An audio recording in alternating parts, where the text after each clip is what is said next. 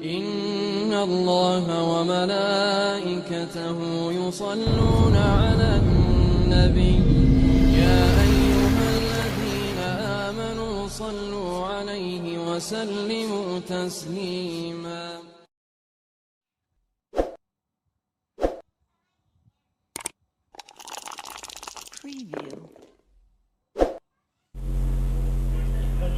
Bismillahirrahmanirrahim. Assalamualaikum warahmatullahi wabarakatuh. Alhamdulillahirabbil alamin, adada khalqihi wa ridha nafsihi wa zinata arsyihi wa bidada kalimatihi. Allahumma shalli ala sayyidina Muhammadin nabiyil ummi wa ala alihi wa sahbihi wa barik wa sallim. Taqabbalallahu minna wa minkum syamana wa syamakum, taqabbalallahu ya karim. Sahabat Mulkan Azam Channel, mohon maaf atas segala kesalahan selama pembuatan daripada kajian-kajian di channel Mulkan Azam Channel ini, baik itu kesalahan yang sifatnya dari kekurangan materi dan penyampaian ataupun dari kesalahan-kesalahan lainnya yang sifatnya batiniah, ya. Semoga Allah Subhanahu wa taala mengampuni kita dan selalu membimbing kita, juga mempersatukan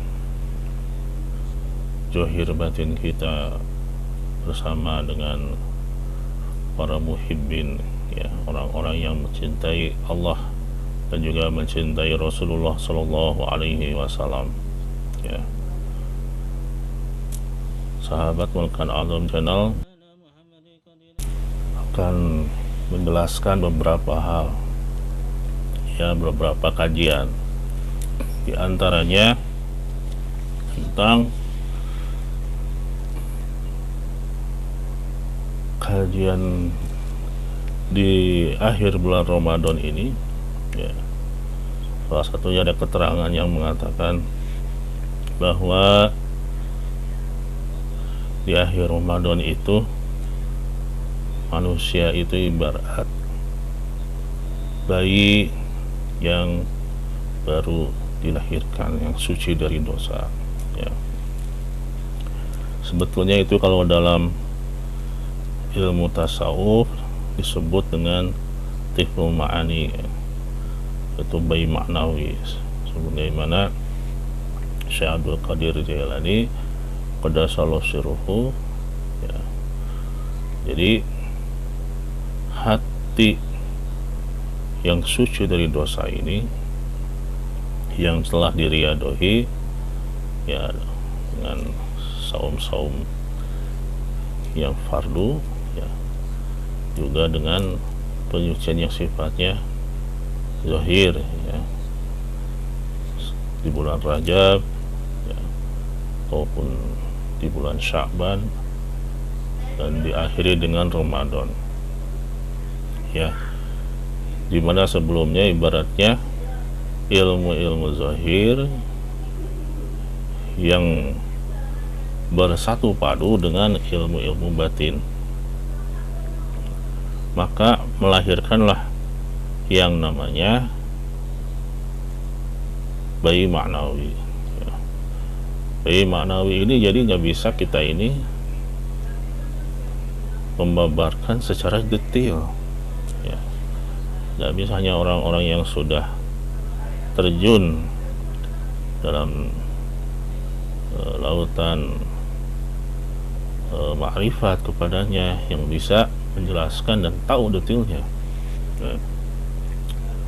Cuma secara garis besarnya, apabila kita lihat dalam Al-Quran itu, ya, jadi buah ma'rifat itu, ya, buah ma'rifat itu adalah menggabungkan perkara-perkara ilmu yang sifatnya itu bertentangan, ya. Dalam Al-Quran itu ada wal awalu wal akhiru, Dialah yang maha awal dan maha akhir. Dari yang maha awal maha akhir pun sudah bertentangan pengertiannya, dan pengertian itu nanti akan membuahkan yang pertengahan. Yang pertama, lalu ada wazohiru wal batin, zohir dan batin. Dia yang maha zohir dan maha batin. Zohir dan batin ini pun ya sesuatu hal yang saling bertentangan seolah-olah, dan nanti akan membuahkan hasil yang pertengahan ketika di kajian ma'rifat ya. Begitu juga yang namanya ibadah ya. Ibadah ini pun wa ma khalaqtul jinna wal insa illa liya'budun. Tidaklah aku ciptakan jin dan manusia kecuali untuk ibadah kepadaku ya.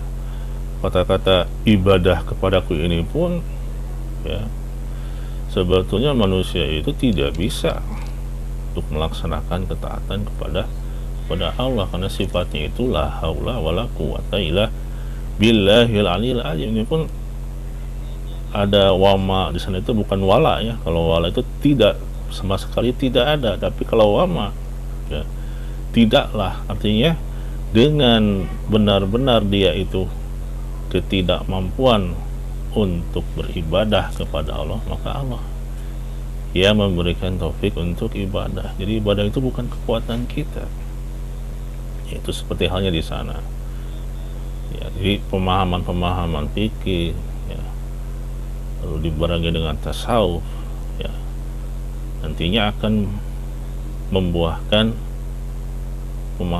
pemahaman makrifat yang tidak ada di kitab memang ya, asal kitanya punya guru yang mursyid, walian mursyida ya, yang akan mengajarkan nanti itu suatu kalimat ya, suatu zikir yang tanpa suara dan tanpa huruf. Nah, seperti apakah zikir yang tanpa suara dan tanpa huruf itu ya? Gambarannya, jadi kalau tingkatan zikir yang kemarin yang 8 itu semuanya ada zaharnya, ada khofi, ada lafaznya, ada kaifiatnya. Kalau tingkatan zikir yang 8. Nah, kalau zikir yang tanpa huruf ini ya, zikir yang tanpa huruf dan juga tanpa suara ini gambarannya seperti ini. Ibarat mulut kita itu ditutup dan menggigit menggigit lidah ya, tutup menggigit lidah, maka ucapan apapun tidak akan bisa keluar karena tertahan ya. Lalu ibaratnya lagi, setelah digigit itu maka mulutnya itu pun ditutup ya dengan rapat, dan dibayangkan tidak ada mulut untuk bisa mengucap ya. Ini kan kalau dalam hadis itu seorang yang benar dalam ma'rifatnya kepada Allah ya, maka lidahnya akan keluh, lidahnya akan kaku, yaitu lidah yang digigit dan mulut yang tertutup seolah-olah tidak ada, maka di sana juga sudah tidak ada lagi kita mau berzikir dengan apa nah, tapi masih ada hobi, masih ada zikir hati, masih bisa mengucapkan lafaz Allah kah, subhanallah kah, masih ada. Nah, itu baru dengan mulut yang terkunci, hati masih bisa mengucap. Sedangkan zikir yang tanpa suara dan tanpa lafaz itu diibaratkan kita itu tenggelam dalam lautan dalam keadaan badai. Nah, seperti itulah zikir yang tanpa suara dan tanpa lafaz bentuk ya, gak ada. Gak bisa dia itu untuk mengucapkan suatu apapun, baik secara lahirnya maupun secara batinnya, gak bisa, ya, gak bisa mengucapkan. Nah, bagaimana seseorang itu bisa seperti itu? Tentulah orang tersebut harus bisa, ya, mengambil sir ma'rifat dari orang yang sudah mendapatkannya, baik itu bertemu langsung maupun tidak langsung, ya. Karena sir ma'rifat itu tidak terhalang dengan ruang dan waktu, tidak terhalang dengan media, ya, tidak terhalang. Karena sir ma'rifat itu adalah cahaya nuroniyah, cahaya yang sifatnya itu dari Allah, ya. Nurun ala nurin, cahaya di atas cahaya. Ibaratnya seperti apa? Ibaratnya itu besi, ya, besi diinduksi dengan magnet, ya. Ketika besi diinduksi dengan magnet, maka besi itu tidak menjadi besi lagi, tapi besi pun menjadi magnet. Itu fenomena alamnya seperti itu. Dalam diri manusia ada unsur yang disebut dengan besi, ada, ya, dalam diri manusia. Maka di sanalah manusia itu barulah bisa melahirkan bayi maknawinya yang suci. Dan bayi maknawi ini yang selalu bermusyahadah kepada Allah. Kuli ruhi min amri rabbi, sungguhnya ruh itu selalu dalam perintah Allah, musyahadah kepada Allah, menyaksikan Allah setiap saat. Dia tidak akan ghaflah, tidak akan lalai, tidak akan bermaksiat, selalu dalam perintah Allah, dalam ketaatan. Dan ketika nanti jasadnya mati sekalipun ataupun wafat, maka ruh besarnya itu, ya, hanya pindah alam, karena dia sudah biasa masuk kepada alam-alam malakut, alam-alam ilahiyah, ya, hanya pindah alam. Jadi mati itu bagi orang yang sudah keluar dan melahirkan bayi maknawinya, ya, yang namanya kematian itu pertemuan dengan kekasih yang dicintainya, ibaratnya itu. Karena hubungan erat antara Allah yang maha gaib, ya, yang memiliki pemahaman, kalau kata Ibnu Arabi itu seolah-olah bertentangan, ya, itu hanya akan bisa dipahami oleh ruhani, yaitu bayi ma'nawi, ya. Jadi kalau ilmu-ilmu ruhani itu, ilmu ma'rifat, dalam buku itu sifatnya hanya sebagian kecil, 5%-nya bahkan kurang dari apa yang sesungguhnya terjadi dan dirasakan. Lebihnya dari itu masih banyak yang tidak terlukiskan secara bahasa, ya, bahasa secara tulisan tidak akan bisa, ya. Kalaulah seorang fisika kuantum, ya, dia sudah bisa menghitung kecepatan cahaya itu kurang lebih 300.000 km per detik, kecepatan cahaya di dimensi alam 3 dimensi, pada ruang, jarak, dan waktu. Begitu pesatnya kecepatan cahaya tersebut, ya. Namun suatu penelitian, ya, beliau pernah menemani orang yang meninggal dunia, ya, meninggal dunia. Ketika akan mati itu,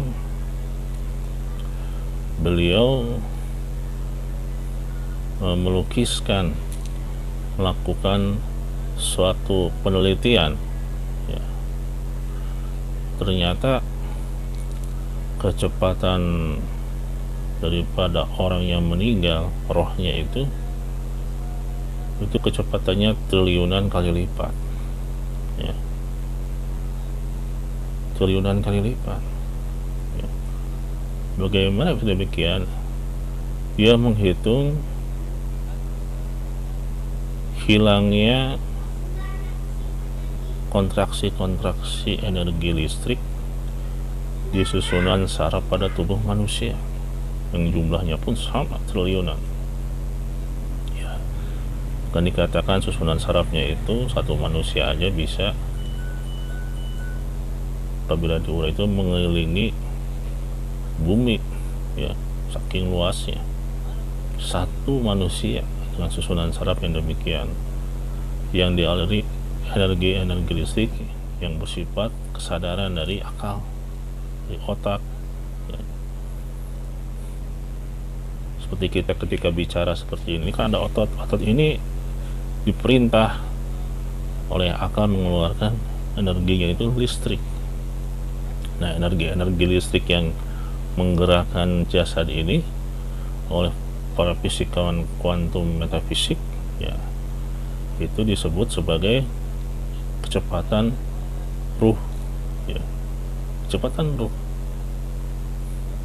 Seperti halnya dari kepala sampai atas batang leher, ini kan energinya energi sadar, untuk motorik, untuk menggerak, untuk melihat, mendengar, dan sebagainya. Itu dari otak, namanya otak sadar, ya. Dari atas batang leher sampai dengan punggung ke bawah, itu otak yang mengendalikan secara otomatis, disebut juga dengan mengatur alam bawah sadar, ya. Seperti apa? Jantung, peredaran darah, saluran pembuangan, saluran pencernaan, metabolisme tubuh. Itu kita akal nggak tahu seperti apa caranya mengatur jantung supaya memompa, mengatur pernapasan, mengatur pencernaan di waktu yang sama. Dia pakai teknologinya, teknologi alam bawah sadar dari otak, atau disebut juga sistem alam bawah sadar, karena sistem ini dia menghimpun seluruh sistem di bawahnya, ya. Lalu ada yang menggabungkan dari alam sadar dan alam bawah sadar ketika nanti akan sakaratul maut, sehingga di sana itu bisa terukur kecepatan cepat lambat dari perintah akal itu ke saraf seluruh tubuh, ya. Kalau kita melihat hasil scan MRI itu, ada cairan tertentu diminum lalu dia di scan kayak semacam ronsen. Kalau MRI ini dia itu magnet, ya, ronsen, maka kelihatan sistem saraf di kita itu menyala. Mana sistem saraf yang nggak menyala, itu yang terjadi sumbatan atau rusak, tidak bisa diregenerasi. Nah, sama ketika nanti meninggal pun, tanpa kita meminum satu cairan tertentu, seluruh saraf dalam tubuh itu akan menyala karena dia bersaksi, ya, bersaksi kepada alam malakut. Dia mau mati, mau pindah alam, kaget. Nah, di sana seorang ahli metafisik kuantum itu dengan cara-cara tertentu menghitung kecepatan cepat lambat dari akal, yaitu pusatnya ruh, pada seluruh tubuh untuk memerintah, mengecek. Kan ini saling berpamitan, tiap anggota tubuh berpamitan. Dia kaget mendengar tangan kanan sama tangan kiri berpamitan, banyak maksiat, banyak dosa, ya. Mata kanan mata kiri berpamitan, kaki kanan kaki kiri terus saling berpamitan. Ketika mulai dicabut rohnya, itu kaget, fenomena yang kaget, ya.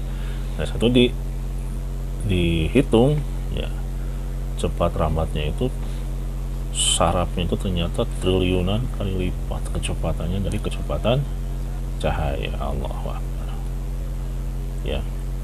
Jadi ternyata potensi tubuh kita ini pun ya sangat kuat untuk mendapatkan yang disebut dengan musyahadah ruh, ya, musyahadah ruh atau tifu ma'ani atau bayi maknawi yang akan semakin dewasa, semakin mandiri, semakin matang, ya, seiring dengan perjalanan waktu. Nah, di sanalah nanti itu tifu ma'ani itu ketika kita meninggal, ya, kan malaikat Israel itu dia itu 3 option yang mengambil ruh dari jasad itu. Ada yang dari ubun-ubun, ada yang dari perut, ya, ada yang dari ujung jari kaki, 3. Namun untuk orang yang sudah memiliki tifu ma'ani dan suatu keterangan itu, ya, Allah itu menuliskan suatu lafadznya, lafadz Allah di salah satu telapak tangan malaikat Israel dan diperlihatkan di hati kita. Jadi hati kita ini pun punya mata. Kalau Johir itu matanya 2, nah mata pun di hati, ya, basyiroh, ainul yakin, ya, itu pun punya mata. Ke alam musyahadah diperlihatkan gini, ada lafadz Allah, maka rohnya itu karena sudah ada kecintaan pada Allah, pada Rasulullah, pada amaliyah sehari-hari, maka rohnya itu loncat langsung ke alam ini, tidak merasakan pedihnya kematian, ya. bisa apa, masuk aja ke dimensi alam itu tanpa merasakan kematian, karena melihat indahnya lafaz Allah yang dituliskan di telapak tangan malaikat Israel. Sebagaimana contohnya misalkan dalam surat Yusuf, ya, ketika Zulaikha ini mengumpulkan para ratu-ratu dari kerajaan lain, karena infonya Zulaikha ini jatuh cinta dengan anak angkatnya yaitu Nabiullah Sulaiman alaihissalam. Dipanggillah Nabi Sulaiman alaihissalam ini ketika sholat duha, ya, waktu sholat dipanggil membawa menyajikan makanan kepada tamu-tamu, di mana sebelumnya para ratu ini sedang memegang buah-buahan, ada apel, ada buah-buah lain yang sedang dikupas oleh tangannya sendiri, ya. Karena saking indahnya, ya, tampannya yang Allah berikan cahaya kepada Nabi Yusuf alaihissalam, terpana, ya, terpaku, sehingga ketika mengiris buah-buah apel ini melihat ketampanan keelokannya, buahnya habis, tangannya pun terlupas berdarah, tidak terasa sakit, ya. Ketika Nabi Yusuf alaihissalam sudah keluar dari ruang tersebut, barulah sadarnya itu datang dan merasakan sakit. Nah, jadi ketika sakit, kenapa dia tidak merasakan? Kata para ratu itu, sungguhnya aku melihat malaikat karim, malaikat yang karim, yang mulia, ya. Dia bukan manusia, seolah-olah ia melihat malaikat. Nabi Yusuf itu manusia sama.